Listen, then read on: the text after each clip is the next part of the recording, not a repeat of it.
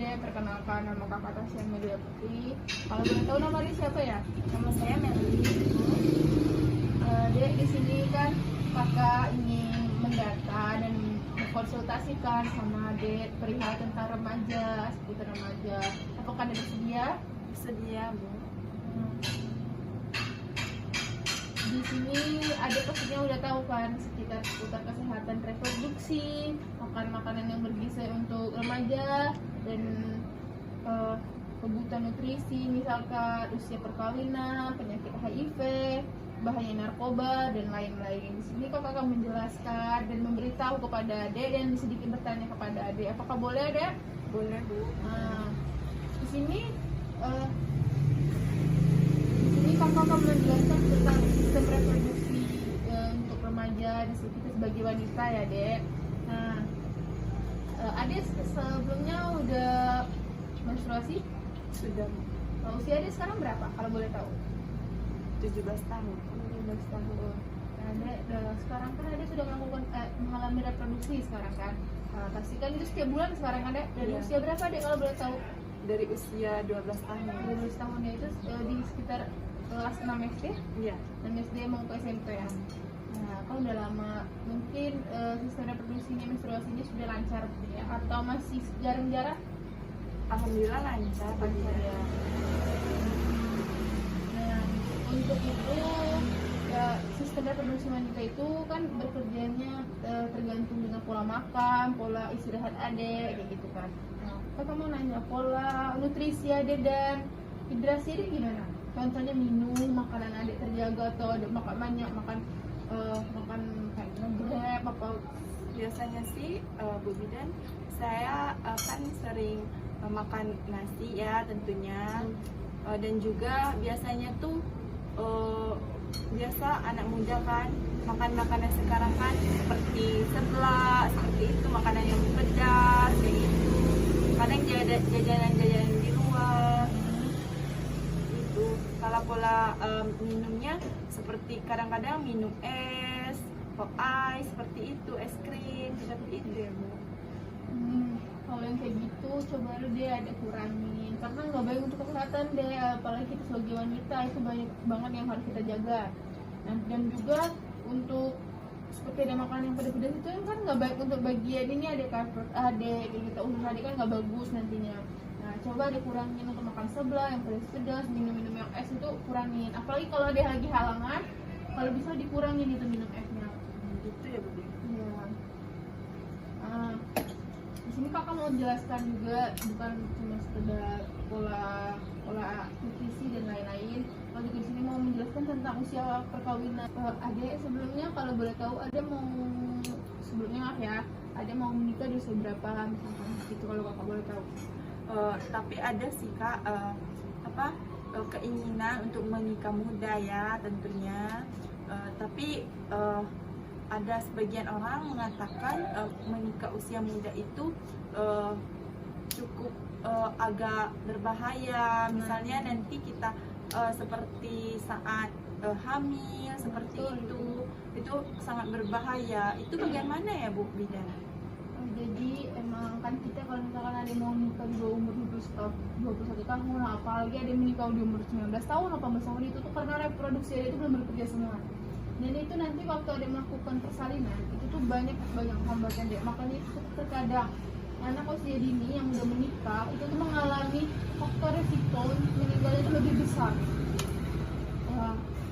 Jadi kakak harapkan untuk adik jangan dulu menikah di usia dini. Kalaupun adik menikah di usia dini, tunda namanya untuk punya anak dulu. Karena apa? Tunggu ada usianya seperti 21 tahun, ada boleh.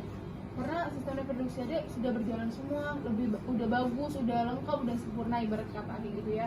Nah, itu tuh biasanya deh untuk usia kehamilan itu untuk anak masih dini kalau melakukan pernikahan ini itu kan dia hamil. Nah, kalau untuk anak pertamanya itu biasanya resiko kematian ibunya itu lebih besar. Karena apa? Ya karena itu terkadang kita belum siap mental, kadang-kadang belum belum tahu namanya belum matang sistem reproduksi kita seperti itu. Dan juga kita langsung kaitkan aja ke penyakitnya ya, apalagi misalkan sekarang kan ada pasti kan udah tahu kan namanya itu, sekarang kita udah di zamannya yang modern, banyak sekali namanya pergaulan, apalagi tentang seks. Yang HIV itu udah tahu kan adik-adik, udah belajar ya pasti SMA. Nah, HIV itu kan berbahaya kan, penyakitnya berbahaya yang adik tahu kan. Nah, itu tuh jangan sampai kita mendapatkan penyakit itu, karena itu tidak baik, dan juga untuk kesehatan, untuk reproduksi itu tuh nggak baik. Yang adik tahu tentang HIV itu seperti apa? Kalau setahu saya itu seks bebas ya kak. Ya, betul. Nah, itu Seks bebas. itu biasanya gimana ya kak? Apakah ada pengobatan misalnya orang terkena penyakit HIV itu? Sejauh ini kakak ini untuk HIV itu atau yang tuberkulosis atau penyakit itu belum ada yang obatnya.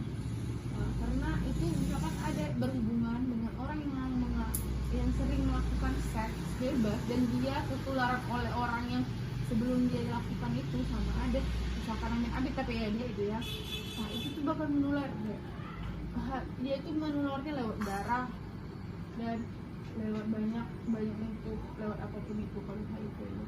Nah adek hindari itu, jangan sampai pernah kepikiran untuk melakukan hal itu sama orang yang random kayak gitu kan. Kita nggak tahu deh latar belakang seseorang kan, yang ngapain aja semingguan itu, yang ngapain gini kan kita nggak tahu. Yang terbaik aja bagi kita perempuan ya dek. Lalu juga terkadang kan namanya orang sekarang suka minum alkohol, narkoba, dan itu narkoba juga nggak baik deh untuk itu menyebabkan turunnya fungsi hormon serta gangguan fungsi seksual. Ada yang sebelumnya maaf, ada yang nggak minum minuman alkohol kan? Enggak kak, cuman minuman seperti pop ice, seperti minuman sekarang ya minumin kayak gitu. Yang soda pasti ya. Pasti kadang-kadang minuman. Jangan yang beralkohol ya deh, karena itu nggak bagus juga untuk tubuh kita. Karena kalau ada misalkan udah mabuk, orang-orang tuh udah mabuk, pasti kan akal sehatnya udah kemana-mana bukan? Nah, itu nggak baik juga untuk diri kita kayak gitu intinya. Kalau miras jangan dulu ya yang minum kayak gitu. Ada kalau untuk sosial media itu pastinya make dong. Nah, jangan sampai ada menyalahgunakan sosial media ya dek untuk nonton yang porno kayak gitu, hindari deh, jauhi karena itu menyebabkan terkadang kalau cowok biasanya kan kebanyakan nonton itu jadinya tuh kayak dia tuh menghayal kayak pengen melakukan itu, padahal itu tidak baik. Jadinya kayak yang menguasai hormon dia gitu kan.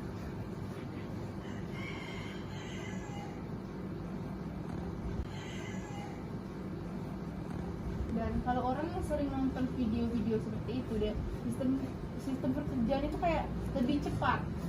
Nah jadi itu tuh kayak membuat reproduksi sebenarnya kayak usia anak-anak sekarang kan ada takdiran usia 10 tahun, di bawah 10 tahun sudah nonton gitu. Jadinya kan kayak jiwa reproduksinya itu sebenarnya belum baik untuk bekerja, tapi udah dipaksakan untuk gara-gara hal penonton seperti itu.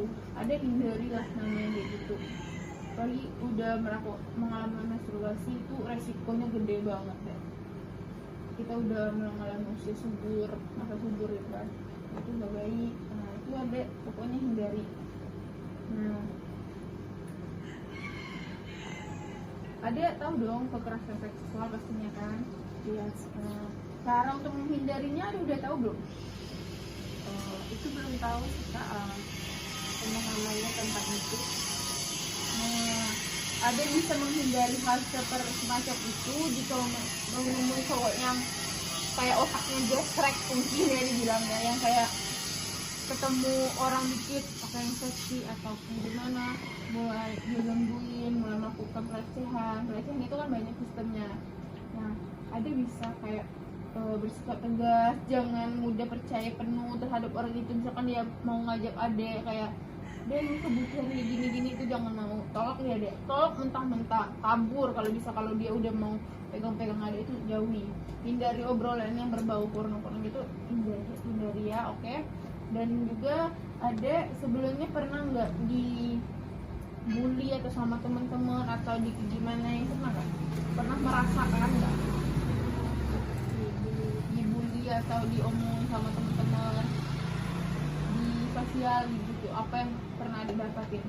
Contohnya kayak ih lo kayak badan lu jelek banget kayak gitu. Sering sih kak, kadang-kadang itu kan laki-laki ya cowok teman dekat kita kan yang sering bilang badan kamu gendutan ya kayak gitu.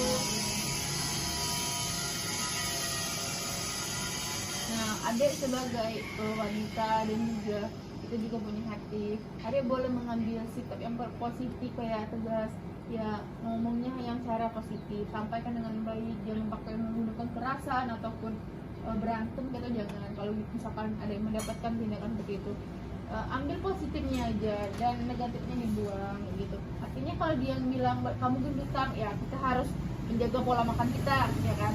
Nah, tapi kita boleh tegas juga deh, kayak kita tuh harus punya prinsip kayak gitu kan. Nah, jangan mau ditindas intinya ya. Setiap orang nggak mau ditindas ya intinya ya. Nah, ada harus tetap melawan gitu, tapi dengan hal melawan itu jangan yang hal negatif, dengan cara yang berpikir smart, oke? Nah, untuk hal-hal reproduksi dia udah tahu belum apa aja yang harus dia lakuin untuk menjaga hal-hal tentang reproduksi adek gitu? Belum tahu sih kak. Nah, yang udah kakak sampaikan tadi kita balik lagi ya. Nah, ya untuk menjaga reproduksi gitu, ya adek harus menjaga kebersihan reproduksi adek, sering-sering bersihin bagian-bagiannya gitu kan. Nah, kalau halangan itu kalau lagi halangan itu kalau bisa ganti softteknya itu jangan terlalu lama, sekiranya udah 4 jam 5 jam itu ganti softteknya, karena nggak baik untuk lama-lama ya dek. Dan juga makanan yang sehat itu perlu kurangilah, namanya makan seblak yang pedas, yang junk food itu hindarin, bukan dihindari sih, dikurangin, karena kita tuh nggak bisa menghindari yang seperti itu. Dan juga kayak minumannya hindari yang bersoda, karena nggak bagus juga untuk kita sebagai wanita, apalagi kita lagi masa subur gitu ya, hindari lah kayak gitu deh. Lalu untuk hindari rokok juga, ada yang ngerokok ya, nggak bagus, hindari yang namanya rokok karena itu nggak baik juga ya bagi kesehatan kita, pastinya ini udah tahu kan. Dan juga jangan minum alkohol kayak gitu ya, minum alkohol hindari lah dek, karena itu nggak baik banget. Hindari seks beresiko yang kakak udah bilang tadi. Itu aja, kalau jangan berpikir sampai ke sana untuk melakukan hal seperti itu. Menurut kakak itu tuh kalau seks yang beresiko itu kan berbahaya banget kan, bisa merugikan kita, merugikan masa depan kita, merugikan orang tua, dan kita ibarat kata itu dipandang buruk kan sama orang kayak gitu kan, karena kita melakukan hal yang salah. Dan itu juga tidak baik juga kan deh, untuk agama juga nggak baik, segalanya nggak baik. Kalau yang udah sebelumnya apakah ibu merasakan ada perubahan fisiologi dari di tubuh ibu seperti apa? kalau psikologi itu bu, kayak kadang mungkin ke bawah tua ya bu, jadinya suka sambil marah-marah kayak gitu kan. Jadi itu kadang rasa saya itu banyak kayak gitu kan. Tapi kalau untuk apa namanya tuh mungkin ke fisiknya ya ini makin tua makin kurus semuanya fisik. Sedikit saya jelaskan ya Bu, perubahan fisik pada kita ibu lansia ini, yaitu seperti yang ibu katakan tadi ya Bu, sistem persarapan kita sedikit terganggu, dan pada sendi-sendi kita, ibu sering pasti merasakan sakit ya Bu. Perubahan pada tubuh kita, tubuh ibu pasti seperti kulitnya sudah mulai keriput ya Bu, dan juga banyak masalah-masalah tentunya ya Bu. Adapun gangguan-gangguan yang ibu rasakan seperti apa, misalnya ibu merasakan fisik ibu seperti, karena kan pasti ibu kurang bergerak ya Bu, kita udah tua. Cepat capek aja bu. Ya Bu, itu juga jika kita kurang bergerak, juga mengakibatkan gangguan pada sendi dan juga sendi otot, dan juga penyakit, bisa menyebabkan penyakit jantung dan pembuluh darah kita karena kurangnya bergerak ya Bu. Dan juga ada pun kebutuhan nutrisi, Ibu pola nutrisinya gimana Bu? Apa dijaga atau gimana kebiasaannya? Makan sih, makan biasa, terkadang juga ada kolesterol kayak gitu kan, suka makan yang berminyak-minyak, bersantan-santan kayak gitu ya Bu. Gula darah terkadang ngecek kayak gitu, tambah murah, kalau suka makan kacang-kacangan gitu kan Bu. Kalau untuk minum biasanya pagi-pagi minumnya teh sama putih gitu. Ya Bu, juga ada menurunnya rasa indera perasa ya Bu, pengecapan kita sedikit berkurang ya Bu, dan juga menurunnya tidak nafsu makan seperti itu kan Bu, dan juga Ibu kan mengalami tadi sering kolesterol ya Bu. Penyakit kolesterol itu kan juga berakibat dari dampak makanan ya Bu, seperti kacang-kacangan dan kadar gula yang tinggi kayak gitu ya Bu. Dan juga saya menjelaskan sedikit kebutuhan nutrisi dan kalori untuk wanita seperti kita itu. Kalau aktif, wanita aktif itu membutuhkan 2000 sampai 2200 kalori per hari ya Bu. Dan juga sedikit karena sedikit aktif untuk bergerak juga membutuhkan 1800 kalori per hari. Dan juga untuk pergerakan yang tidak aktif membutuhkan 1600 kalori per hari. Bagaimana Bu? Saya makan Ya Bu. Dan jaga juga pola makanannya ya Bu. Apakah Ibu mengikuti posyandu Bu, seperti posyandu lansia setiap minggunya? Enggak ya Bu? Oh iya, biasanya itu kan ada posyandu lansia ya Bu, dari kadernya seperti itu.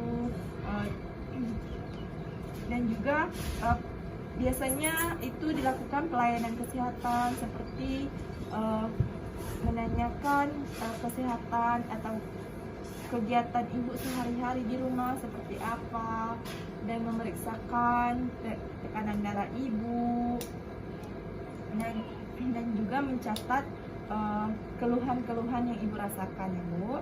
Dan juga ada juga biasanya pemberian makanan bergizi supaya Ibu bisa mencontohkan apa saja makanan yang boleh dimakan dan juga dijaga seperti itu untuk lansia ya Bu.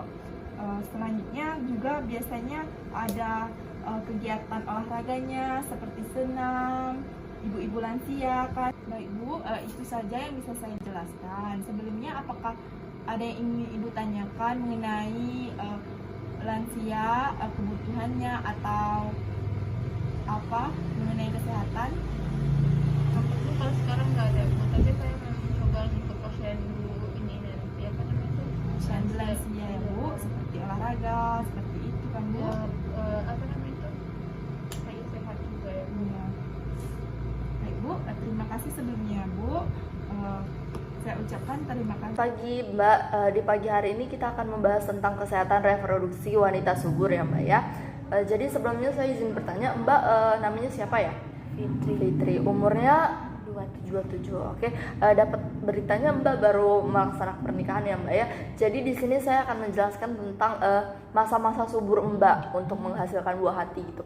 Jadi masa subur itu Mbak ada di fase setelah haid, itu ada beberapa siklus baru ke masa subur. Kalau Mbak memang mau menunda masa subur itu dengan menghasilkan buah hati, Mbak bisa memakai alat-alat pemegang atau pengencang atau pengaman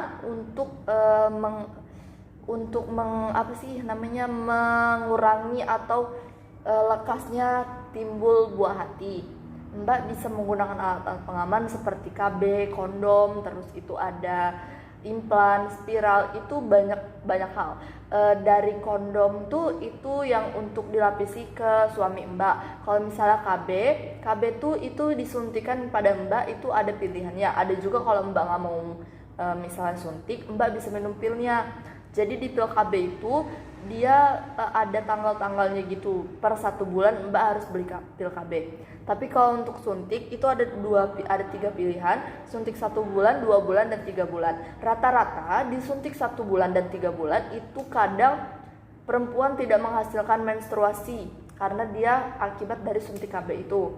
Itu untuk suntik KB Mbak. Kalau untuk implan akan dipasang ke Mbak dengan jarak waktu beberapa tahun untuk melindungi Mbak. Tapi kan kalau misalnya Mbak cuma mau menunda beberapa tahun untuk belumnya hadir buah hati, Mbak bisa menggunakan KB tadi atau kondom yang digunakan oleh suaminya. Kalau implan dan spiral itu untuk beberapa tahun ke depan. Jadi itu agak agak lama untuk menghasilkan buah hati. Jadi kalau Mbak memang pengennya sebentar saja untuk menunda itu bisa pakai di pil KB itu. Tapi untuk masa suburnya sendiri Mbak, masa subur itu berada di siklus beberapa setelah halangan, setelah menstruasi. Dan masa subur itu Mbak melakukan hubungan seksual dengan suami, itulah masa-masa yang akan cepat timbulnya buah hati. Jadi antara sel sperma dan sel telur Mbak akan bersatu dan akan bertemu buah hati. Itu masa subur itu ada di hari ke-14 atau ke-16 setelah menstruasi Mbak. Jadi itu penjelasan dari masa subur menstruasi. Untuk Mbaknya sendiri apakah ada yang ingin ditanya? Enggak. Udah jelas ya Mbak ya. Jadi saran saya, kalau Mbak ingin menunda seperti itu, dan kalau Mbak ingin mempercepat hadirnya buah hati seperti itu ya Mbak ya. Oke Mbak, saya dari Puskesmas Kampung Bali sudah menjelaskan tentang masa subur ya Mbak ya. Masa subur, siklus masa subur untuk Mbak. Untuk itu saya terima kasih banyak ya Mbak atas kerjasamanya. Terima kasih Mbak.